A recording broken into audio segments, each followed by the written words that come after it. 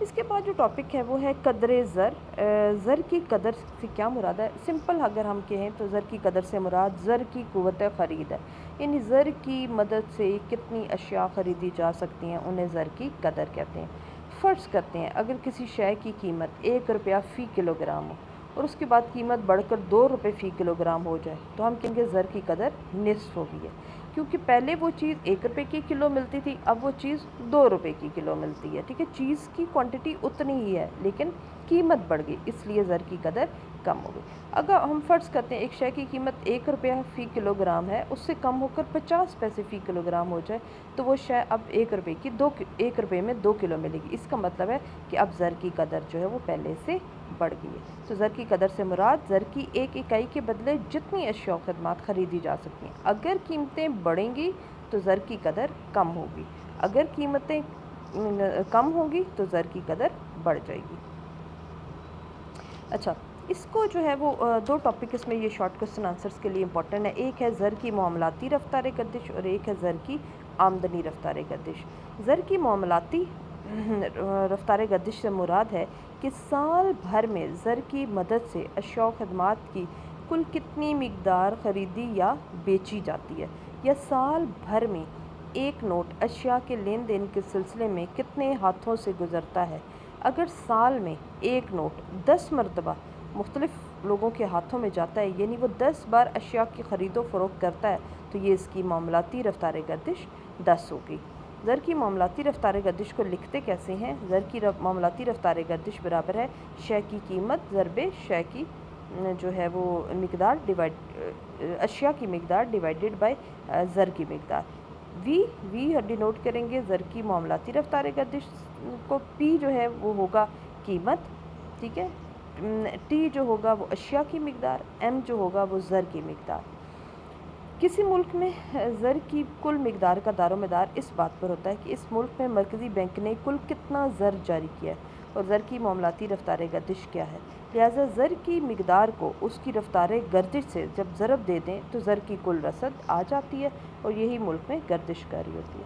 پھر ہے زر کی آمدنی رفتار گردش. زر کی آمدنی رفتار گردش کا کیا مطلب ہے؟ تو ہم نے دیکھا کہ معاملاتی رفتار گردش میں زر سال میں جتنی مرتبہ مختلف ہاتھوں سے گزرتا ہے وہ معاملاتی رفتار گردش ہے، مگر ضروری نہیں ہے کہ جتنی مرتبہ زر اشیاء کی خرید و فروخت کرے اتنی ہی بار آمدنی میں اضافہ ہو.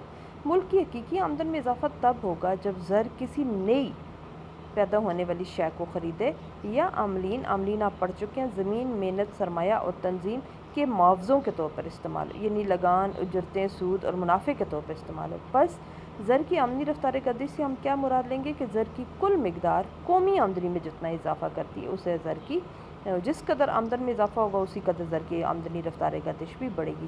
اس کا فارمولہ کیا ہے؟ V Y is equal to N P divided by M.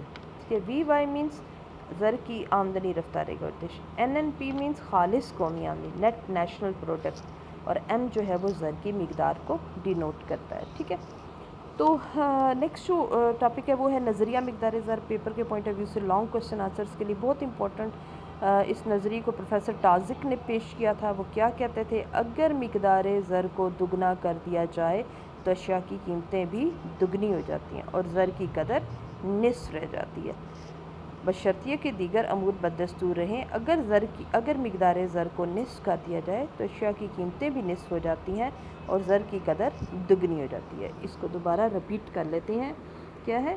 اگر مقدار زر کو دگنا کر دیا جائے یعنی کوانٹٹی آف منی اگر ڈبل ہو جائے تو اشیاء کی قیمتیں بھی ڈبل ہو جاتی ہیں، تو اشیاء کی قیمتیں بھی پہلے سے دگنی ہو جاتی ہیں اور زر کی جو قدر ہے وہ آدھی رہ جاتی ہے، نصف رہ جاتی ہے، بشرطیہ کہ دیگر امور بدستور ہیں یعنی مفروضات. اور اگر مقدار زر کو نصف کر دیا جائے تو قیمتیں بھی نصف ہو جائیں گی اور زر کی قدر جو ہے وہ دگنی ہو جائے گی. اس کو جو ہے وہ چھوٹی سی اگزامپل سے بھی سمجھا سکتے ہیں کہ فرض کرتے ہیں کہ زر کی کل مقدار 100 ہے اور اشیاء کی مقدار بھی 100 ہے، یعنی ادھر آپ کے پاس 100 روپے پڑا ہوا اور 100 ہی اشیاء ہیں تو ہم کہیں گے ایک شے کی قیمت کتنی ہے؟ 1 روپیہ.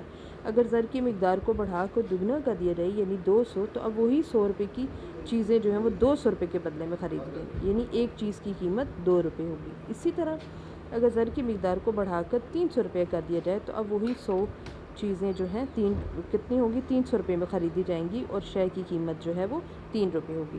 اسی طرح سے اگر زر کی مقدار کو کم کر کے 50 روپے کا دیا جائے تو وہی 100 چیزیں 50 روپے میں خریدی جائیں گی اور اشیاء کی قیمتیں نصف رہ جائیں گی۔ اس کا جو ہمارے پاس فارمولہ ہے وہ ہے P=mv/T، یعنی قیمتیں جو ہیں وہ کس کے برابر ہے؟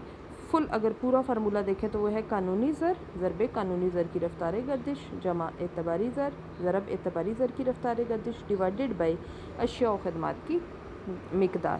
اسے ہم مختصراً لکھ سکتے ہیں P=mv/T۔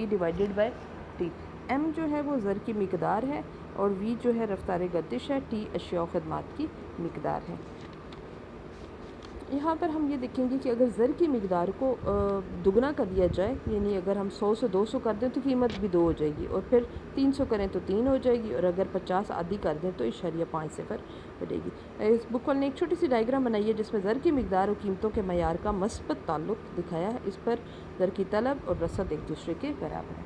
اس نظریے کے مفروضات یہ ہیں کہ قانونی زر کی رفتار گردش نہ بدلے۔ اس نظریے کا پہلا مفروضہ یہ ہے کہ صرف زر کی مقدار میں تبدیلی آئے لیکن رفتار گردش تبدیل نہ ہو، یعنی ایک نوٹ سال میں جتنی دفعہ ایک ہاتھ سے دوسرے ہاتھ میں جاتا ہے اس کی گردش اتنی ہی رہے، اس میں کوئی کمی بیشی نہ ہو۔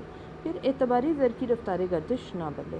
اعتباری زر سے کیا مراد ہے؟ بینکوں کے چیک، ڈرافٹ، ہنڈیاں۔ لہٰذا اس مفروضے کے تحت فرض کیا گیا ہے کہ اعتباری زر کی رفتار گردش میں تبدیلی نہیں آنی چاہیے، یعنی یہ تمام اشیاء سال بھر میں جتنی بار ایک ہاتھوں سے دوسرے ہاتھ میں جاتی ہیں اس میں کوئی تبدیلی نہیں آنی چاہیے۔ بالالفاظ دیگر جو اعتباری زر ہے سال میں جتنی بار گردش کرتا ہے اتنی ہی بار گردش کرے، اس کی رفتار گردش کم نہ ہو، تبدیل نہ ہو۔ اشیاء و خدمات کی مقدار تبدیل نہ ہو۔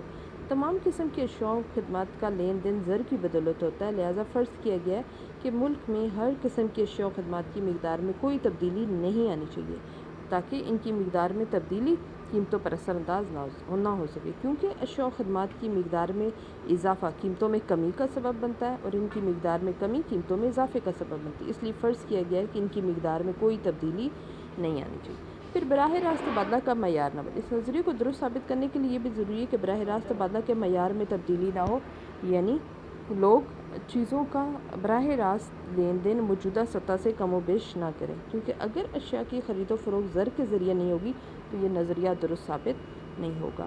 پھر اس کے بعد دفینوں کی مقدار نہ بدلے۔ ایک اور مفروضہ یہ ہے کہ ملک میں جو دفینے ہیں، دفن شدہ رقم ہے، وہ بھی تبدیل نہ ہو۔ اگر لوگ اپنی زیر زمین دبائی ہوئی دولت کو نکال لیتے ہیں تو اس سے زر کی مقدار بڑھ جائے گی اور نظریہ غلط ثابت ہو جائے گا۔ بس اگر یہ مفروضات درست ثابت ہوں گے تو پھر زر کی مقدار کو دگنا کر کے قیمتیں دگنی ہو جائیں گی اور زر کی قدر جو ہے مقدار جو ہے وہ نصف کر کے قیمتیں آتی رہیں گی۔ اس کا تنقیدی جائزہ جو ہے نیکسٹ ہم لیکچر میں انشاءاللہ تعالیٰ پڑھ لیتے ہیں، اور تھوڑا سا ٹاپک آگے رہ گیا تو چیپٹر بھی ختم ہو جائے گا، زر کی قدر میں تبدیلی لانے والے عوامل اور زر کی قدر میں تبدیلی کے اثرات، تو یہ ایک لیکچر پورا بن جائے گا۔ اس میں کوئی بھی آپ کو مسئلہ ہو تو آپ نے مجھے بتانا ہے۔ نظریہ مقدار زر لانگ کوسچن آنسرس کے لیے امپورٹنٹ ہے، اس کی ڈیفینیشن، فارمولہ، اگزامپل، اس کے مفروضات اور تنقیدی جائزہ، اس طرح سے یہ پورا ایک کوسچن جو ہے وہ آپ کا بن جائے گا۔ اوکے، اللہ حافظ۔